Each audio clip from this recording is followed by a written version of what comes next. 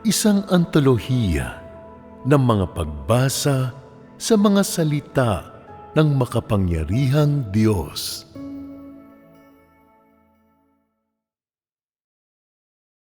Mga pakahulugan sa mga hiwaga ng mga salita ng Diyos sa buong sansinuko. Kabanata 1.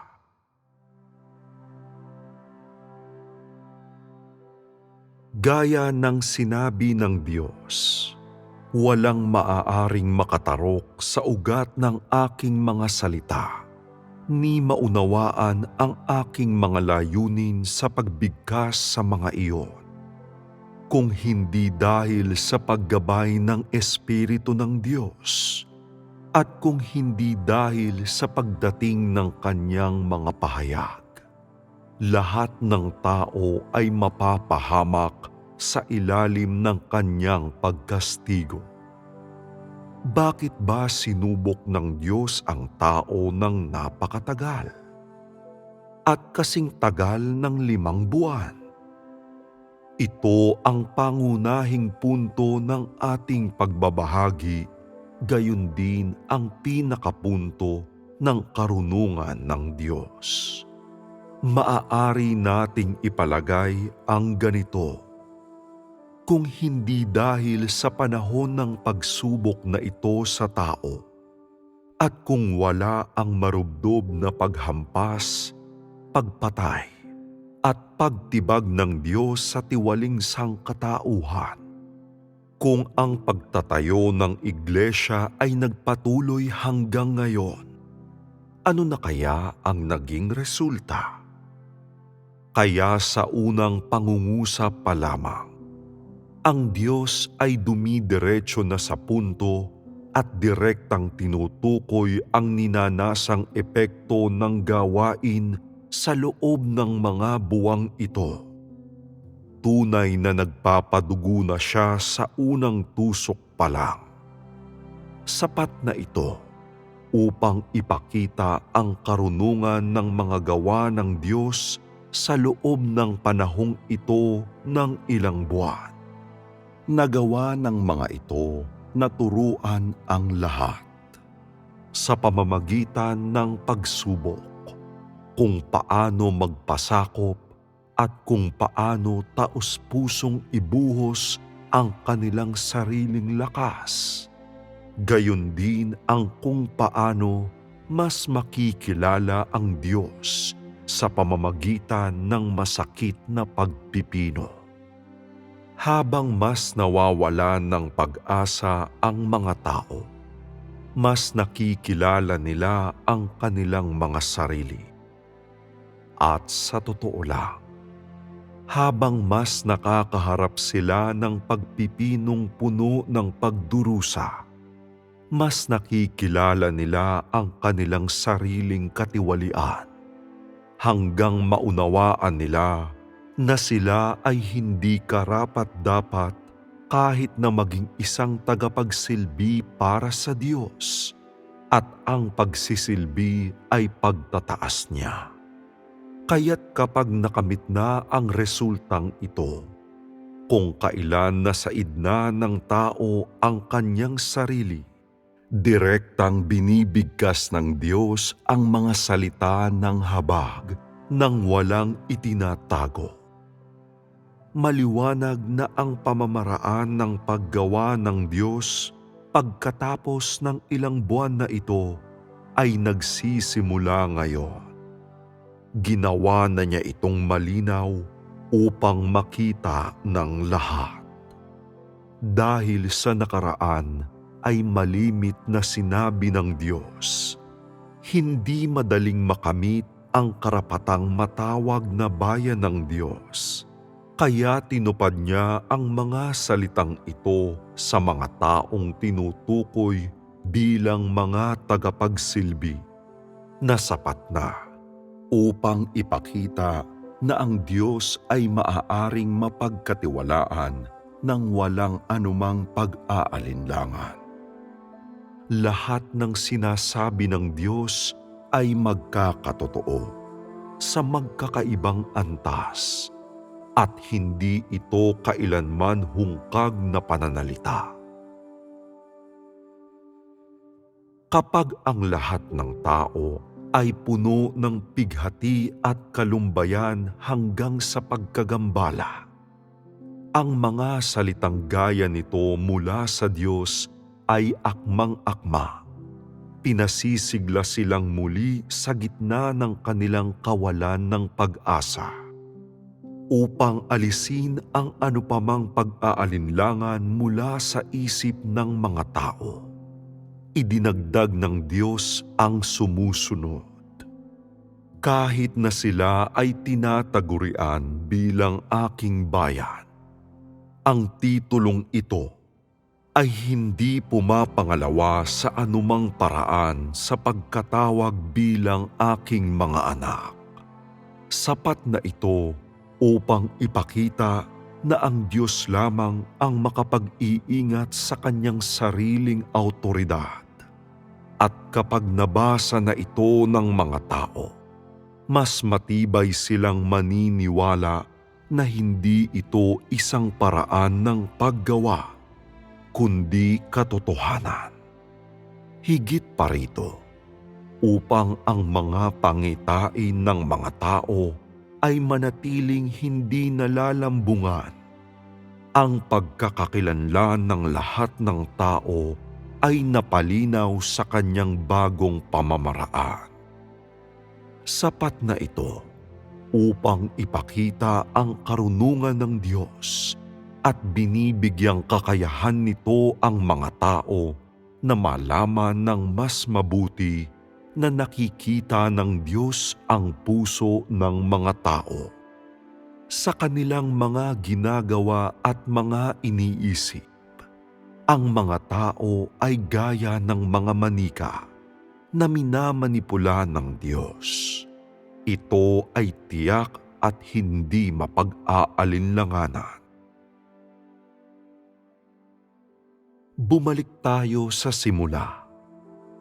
Ang ginawa ng Diyos mula sa simula ay ang ituro ng tahasan na ang unang hakbang ng kanyang gawain, ang pagdadalisay sa iglesia, ay natapos na. Ang kalagayan ngayon ay hindi tulad noong dati, at ang aking gawain ay nakapasok na sa isang bagong panimula.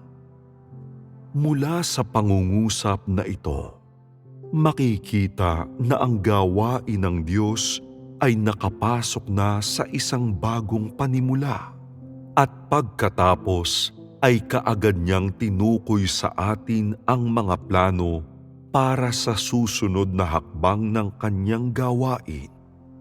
Kapag natapos na ang pagtatayo ng iglesia, ang buhay ng kapanahunan ng kaharian ay magsisimula.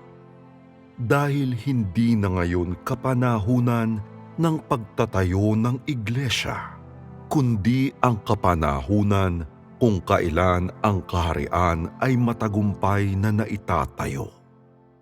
Bilang karagdagan, naipahayag niya na dahil ang mga tao ay nasa lupa pa rin, ang kanilang mga pagtitipon ay patuloy na tutukuyin bilang iglesia. At sa paraang ito, ang hindi makatotohanang pagkatanto ng kaharian sa mga imahinasyon ng mga tao ay naiiwasan. Kasunod nito ang pagbabahagi tungkol sa usapin ng mga pangitain. Bakit ba?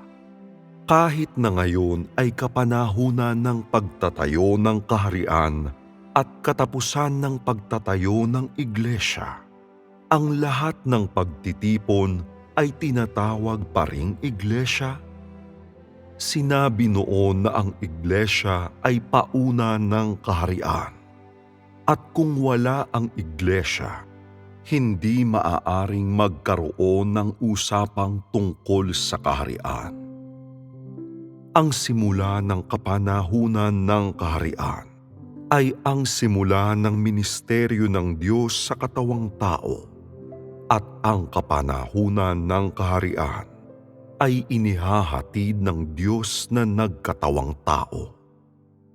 Ang dinadala niya ay ang kapanahunan ng kaharian at hindi ang opisyal na pagbaba ng kaharian. Hindi ito mahirap mailarawan sa isip. Ang bayan ng Diyos na tinutukoy ko ay ang mga tao ng kapanahunan ng kaharian at hindi ang mga tao ng kaharian mismo. Sa gayon, may katuturang sabihin na ang mga pagtitipon sa lupa ay tutukuyin pa rin bilang iglesia.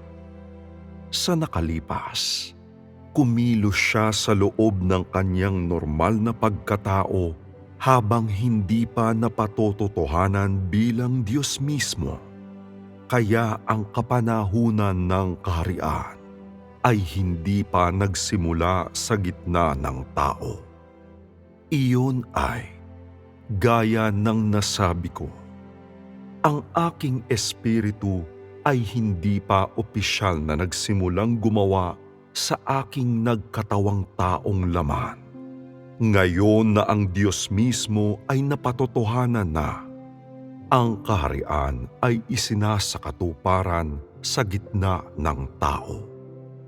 Ipinakakahulugan nito na ako ay magsisimulang gumawa sa loob ng aking pagkadiyos, kaya't yaong mga taong makakapagpahalaga sa aking mga salita at aking mga gawa sa pagkadiyos ay kikilalanin bilang aking bayan sa kapanahunan ng kaharian. Dito nabuo ang bayan ng Diyos. Sa yugtong ito, ang pangunahing kumikilos at nagsasalita ay ang aking pagkadiyos. Ang tao ay sadyang hindi maaaring makialam, ni guluhin ang aking plano. Sa sandaling nakarating na ang Diyos sa isang tiyak na yugto sa kanyang pagsasalita, ang kanyang pangalan ay nasasaksihan. At mula rito, ang kanyang pagsubok sa sangkatauhan ay magsisimula. Ito ang sukdulan ng karunungan sa gawain ng Diyos. Inilalatag nito ang isang matibay na pundasyon at ang mga ugat para sa pagsisimula ng susunod na hakbang. Gayon din ang katapusan ng huling hakbang. Ito ay isang bagay na walang sino mang tao ang posibleng nakapag-akala. Ito ang punto ng pagtatagpo ng una at ikalawang bahagi ng kapanahunan ng paghatol. Kung wala ang ilang buwan na iyon kung kailan pininoko ang tao, hindi magkakaroon ng paraan ng paggawa ang aking pagkadiyos. Ang mga buwang iyon ng pagpipino ay nagbukas ng daan para sa susunod na hakbang ng aking gawain. Ang katapusan ng ilang buwang ito ng gawain ay isang tanda ng paglalim ng susunod na yugto ng gawain. Kung ang isang tao ay totoong nauunawaan ang mga salita ng Diyos, mauunawaan niya na ginagamit ng Diyos ang mga buwang ito upang simulan ang susunod na hakbang ng kaniyang gawain. Nang sa gayon ay makamit nito ang higit pang mabuting mga resulta. Dahil ang balakid ng aking pagkatao ay lumikha ng isang hadlang para sa susunod na hakbang ng aking gawain. Kaya sa pamamagitan ng ilang buwang ito ng pagpipino, sa pamamagitan ng pagdurusa, ang parehong panig ay napagtitibay at nagkamit ng malaking pakinabang. Ngayon lamang, bilang bunga nito, nagsisimulang pahalagahan ng tao ang paraan ng pagtawag ko sa Kanya. Kaya't nang sinabi ng Diyos sa isang pagbaling ng Kanyang panulat na hindi na Niya tatawagin ang mga tao bilang tagapagsilbi, kundi bayan ng Diyos, lahat sila ay napuno ng kagalakan. Ito ang kahinaan ng tao. Nagsalita ang Diyos sa paraang ginawa niya para mahuli mismo ang matinding kahinaang ito ng tao. Upang lalong makumbinsi ang lahat ng tao at makamit ang kanilang buong pusong paniniwala, at upang tukuyin ang katunayan na may halong mga dumi ang katapatan ng ilang tao, nagpatuloy pa ang Diyos sa pagtawag ng pansin sa lahat ng iba't ibang uri ng kapangitan ng tao. At sa paggawa nito ay natupad niya ang Kanyang mga salita. Ilan ang totoong nagmamahal sa akin? Sino ang hindi kumikilos alang-alang sa kanilang sariling kinabukasan? Sino ang hindi kailanman dumaing sa panahon ng kanilang mga pagsubok? Mula sa mga salitang gaya nito, maaaring makita ng lahat ng tao ang kanilang sariling pagsuway, pagiging di tapat, at kawalan ng paggalang sa magulang. At sa gayon ay makita na ang habag at kagandahang loob ng Diyos ay sumusunod sa lahat ng naghahanap sa Kanya sa bawat hakbang ng daan. Ito ay makikita mula sa mga sumusunod na salita. Kapag ang ilan ay nasa bingit ng pag-urong, kapag ang lahat na umaasa sa akin na baguhin ang aking paraan ng pagsasalita ay nawalan na ng pag-asa, aking binibigkas ang mga salita ng pagliligtas sa oras na iyon, na dinadala silang lahat na totoong nagmamahal sa akin pabalik sa aking kaharian sa harap ng aking trono. Dito, ang pariralang yaong mga totoong nagmamahal sa akin, at ang retorikal na tanong na ilan ang totoong nagmamahal sa akin ay hindi magkasalungat. Ipinapakita ng mga ito kung paanong ang katapatan sa kontekstong ito ay mayroong mga dumi.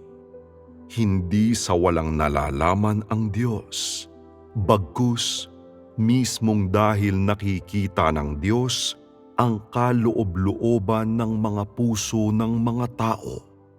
Ang mga salitang gaya ng katapatan ay ginagamit niya na pang-uuyam na tumutukoy sa tiwaling sangkatauhan upang higit na makita ng lahat ng tao ang kanilang pagkakautang sa Diyos. Higit na kamuhian ang kanilang sarili. Gayon din ay mabatid ang katunayan na ang mga hinaing na nasa kanilang mga puso ay nanggagaling lahat kay Satanas. Ang lahat ng tao ay nagugulat kapag nakita nila ang salitang gaya ng debosyon. Iniisip sa kanilang sarili, maraming beses na akong dumaing laban sa langit at lupa, at maraming beses nang ninais na umalis. Ngunit dahil natatakot ako sa mga atas administratibo ng Diyos, ay pakikitunguhan ko pa rin ang mga bagay-bagay para lamang matapos na ang mga ito at sumabay sa karamihan na hinihintay ang Diyos na pakitunguhan ako, na iniisip na kung lumabas na totoong wala ng pag-asa ang mga bagay-bagay, magkakaroon pa ng sapat na oras para ako'y dahan-dahang umurong. Ngunit ngayon ay tinatawag tayo ng Diyos na kanyang mga taong tapat. Talaga bang ang Diyos ay Diyos na nakakakita sa kaloob-looban ng mga puso ng mga tao? Upang maiwasan ang ganitong uri ng maling pagkaunawa, kung kaya't sa katapus-tapusan na lamang tinawag ng Diyos ang pansin ng mga tao sa mga kalagayan ng pag-iisip ng sari-saring uri ng mga tao. Ginawa nito na magbago ang kalagayan ng lahat ng tao mula sa nag-aalinlangan sa kanilang mga puso habang nagpapahayag na masaya sa panlabas, patungo sa isang kalagayan kung saan napaniwala sila sa puso, sa mga salita at sa paningin. Sa ganitong paraan, ang impresyon ng tao sa salita ng Diyos ay naging mas malalim, at bilang likas na resulta nito'y naging mas takot ng kaunti ang tao, mas gumagalang ng kaunti, at bukod pa rito ay nagtamo ng higit na pagkaunawa sa Diyos. Sa huli, upang maibsan ang mga pag-aalala ng tao, sinabi ng Diyos, "Subalit yamang ang nakaraan ay nakaraan na, at ang kasalukuyan ay narito na. Hindi na kailangan pang balikan ang nakaraan na may panghihinayang o mag-alala tungkol sa hinaharap." Ang ganitong uri ng maigting, magkakaayon, subalit maikling paraan ng pagsasalita ay mayroon pang mas malaking epekto na tinutulutan ang lahat ng nagbabasa ng kanyang mga salita na makita ang liwanag minsan pa mula sa gitna ng kanilang kawalang pag-asa sa nakalipas, hanggang makita nila ang karunungan at mga gawa ng Diyos, matamo ang katawagang bayan ng Diyos, maalis ang mga pag-aalinlangan sa kanilang mga puso, at pagkatapos ay makilala ang kanilang mga sarili mula sa mga nagbabagong pagpapaulit-ulit ng mga kalagayan ng kanilang isip. Ang mga kalagayang ito ay tumataas at bumababa ng salitan, na nagbubunsod ng lungkot at dalamhati, kasiyahan at galak. Sa kabanatang ito, naglahad ang Diyos ng isang balangkas ng mga tao na waring buhay na buhay at matingkad ang bawat detalye, na umabot na ito sa punto ng pagiging perpekto. Ito'y isang bagay na talagang hindi kayang makamit ng tao. Isang bagay na tunay na naglalantad ng mga lihim na pinakatatago sa kaibuturan ng puso ng tao. Maaari kayang ito ay isang bagay na kayang gawin ng tao? Agad na sumusunod dito, at higit pang mahalaga, ay ang talata sa ibaba na tuwirang ibinubunyag sa tao ang atas administratibo ng Diyos, at ito ang pinakamahalagang bahagi. Bilang mga tao, sino mang sumasalungat sa realidad at hindi gumagawa ng mga bagay-bagay ayon sa aking paggabay ay hindi makararating sa isang mabuting wakas, kundi magdadala lamang ng kaguluhan sa kanilang mga sarili. Sa lahat ng bagay na nagaganap sa sansinuko, walang anuman na hindi ako ang may huling kapasyahan. Hindi ba't ito ang atas administratibo ng Diyos? Sapat na ito upang ipakita na di mabilang ang mga halimbawa ng mga lumalabag sa atas administratibo na ito. Base sa nasa itaas, nagpapatuloy ang Diyos na udyukan ang bawat isa na huwag isipin ang kanilang sariling tadhana. Kung mangangahas ang isang tao na naising kumawala sa pagsasaayos ng Diyos, ang mga kalalabasan ay magiging lubos na kahindik-hindik. Sa gayon, ginagawa nito na lahat ng dumanas ng kaliwanagan at pagpapalinaw sa mga salitang ito na mas maunawaan ang atas administratibo ng Diyos. Gayon din ay maunawaan na ang kanyang kamahalan ay hindi dapat pagkasalaan. At sa gayon ay maging higit na may karanasan at maaasahan, lunti ang gaya ng isang punong pino na, bagamat nalantad sa hangin at namuong hamog, ay nakatayong lumalaban sa banta ng mapait na lamig at patuloy na dumaragdag sa kasiglahan ng nabubuhay na luntiang kalikasan. Ang karamihan sa mga taong nakakakita sa talatang ito ay nalilito na para bang napadako sila sa isang uri ng lugar na mahirap mahanap ang labasan. Ito ay dahil ang nilalaman ng mga salita ng Diyos ay nagbabago ng medyo mabilis. Kaya 9 sa 10 tao ay pumapasok sa isang pasikot-sikot na pasilyo kapag nagtatangka silang maunawaan ang kanilang sariling mga tiwaling disposisyon. Upang mas maayos ang paggawa sa hinaharap, upang maalis ang mga pagdududa sa puso ng lahat ng tao, at upang ang lahat ay sumulong sa kanilang paniniwala sa katapatan ng Diyos, binibigyang diin niya sa katapusan ng talatang iyon. Ang bawat isa sa mga yaon na totoong nagmamahal sa akin ay tiyak na magbabalik sa harapan ng aking trono. Sa gayon, ang isip ng mga taong sumailalim sa ilang buwan ng kanyang gawain ay nababawasan ng pangamba sa isang saglit.